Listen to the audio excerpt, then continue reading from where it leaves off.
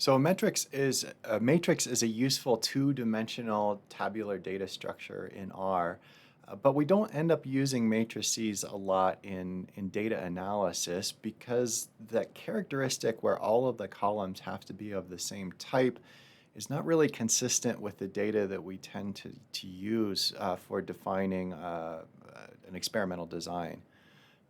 We tend to have columns that are numeric and columns that are characters, columns that are dates or times. We have each column tends to have a different type. And the matrix can't really keep track of that. So there's another way to build tables or two-dimensional data classes in R called the data frame.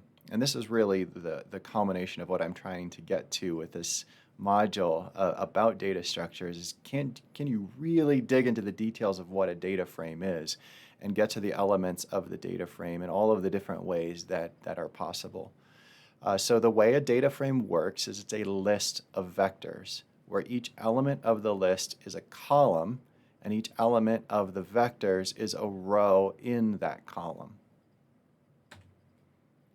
Therefore, the one rule of that list of vectors for a data frame is regardless of what type each of those vectors is, that vector has to be of the same length because it has to represent the same number of rows. This is for a uniform table where all of the columns have the same number of rows.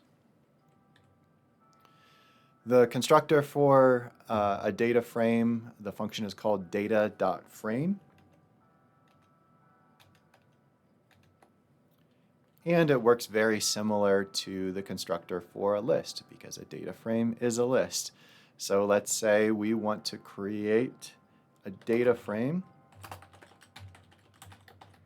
And we're going to say our first column is called A. And we want this column to be a vector of strings with the value A and the value B.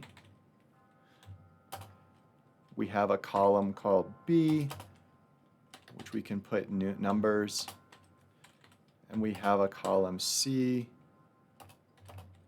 in which we can put logical values. So when we look at a data frame in the console, it will show us the rows with numbers, the columns with their names that I provided, A, B, and C, and then the contents of those rows and columns in their appropriate place in that two-dimensional table. So I called a data frame a list of vectors. First of all, let's look at the class of data frame. By doing a class on this variable we just created called A, well, the class is data.frame. That's the name of the class for this. But remember, there's a fundamental type underlying that. So I said a data frame is a list of vectors. What do you think that type's going to be? It's a list.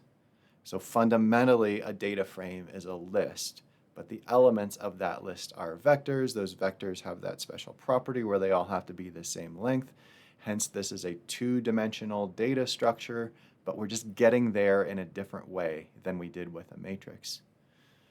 So because it's fundamentally a list, I have all of the features of a list in a data frame. So I can get to the columns by using the double square brackets and say, what's in column number 2? Well, it's a vector with two numbers in it, which are the numbers 1 and 2. What's in 3? A logical vector with true and false. I can also use the single brackets, but remember that gets me a reference to the column, which in this case is going to be a new data frame with just that column in it. And that means I can parse out columns of a data frame using a vector for the index instead of a single number.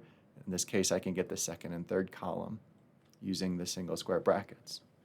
So none of these features of a data frame are new. They're the same features that you expect from a list, which happens to be the same features you expect in a vector when it comes to the fundamental abilities to index using single square brackets. And because it's a list, you can also use the double square brackets to get to the contents of each element. Also, since it's a list, I can reference the columns by their name with the $ operator.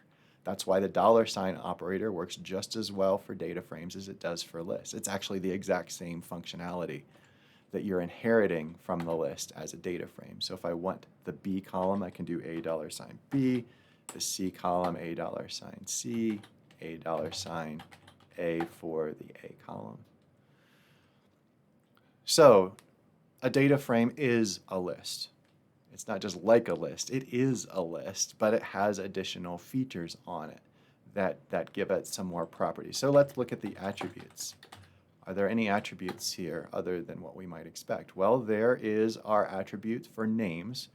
We are expecting that, right? Because it's just inheriting those names from lists, and those names happen to be the names of the columns. Well, there's a new one here called row.names. By default, it names the rows with numbers. So the row numbers are there in that sense. And also there's this class attribute. And for this type of class in R, this is called an S3 class.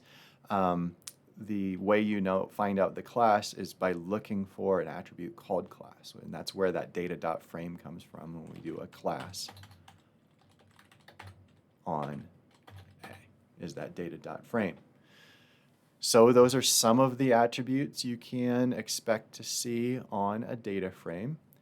Another interesting thing about a data frame is it has a two-dimensional structure, and R understands how to index that the same way you index a matrix. So you can index a data frame identically to how you index a matrix.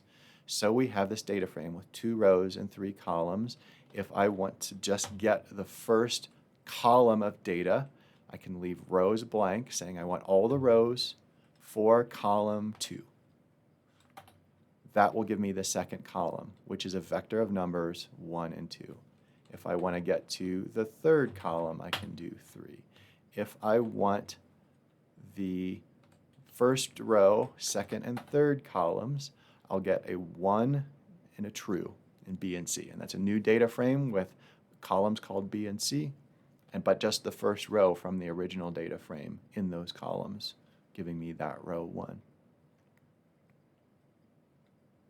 So all of the tricks for indexing a matrix work for indexing a data frame. So even though data frames are used more often for scientific data analysis in general, it's good to learn how to use a matrix because the indexing for a matrix works the same as the indexing for a data frame, and sometimes using the numerical row-column type indexing for a data frame is more convenient, depending on what your code is intended to do. So hopefully you see there's not a lot of new functionality to explain when it comes to talking about how a data frame works, because it's really all of the same features that you have if you understand that a data frame is composed of a list of vectors, and that if you know how to work with a list, you know most of what you need to know to be able to work with a data frame.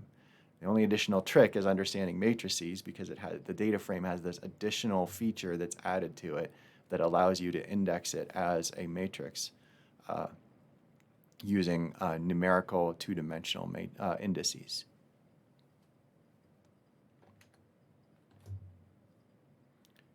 So data frames can be indexed as a matrix.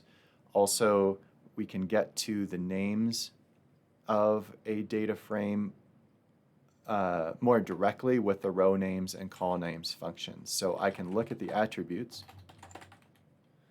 to get to those, and I can see the names there, and those, it says names, but it's inheriting that names from vector, or from list, and the list names means it's the names of the columns. So if I do a call names on A, I should get the same thing, that ABC for that shows up in the names. Also, you can do row names if you want to, which by default are going to be 1 and 2 if you don't change them when you construct a data frame. So those are the basics of a data frame, and hopefully you can see how the features of the data frame just translate from an understanding of other data structures in R There's really not a whole lot of new information here based on the scaffolding we've been building up so far.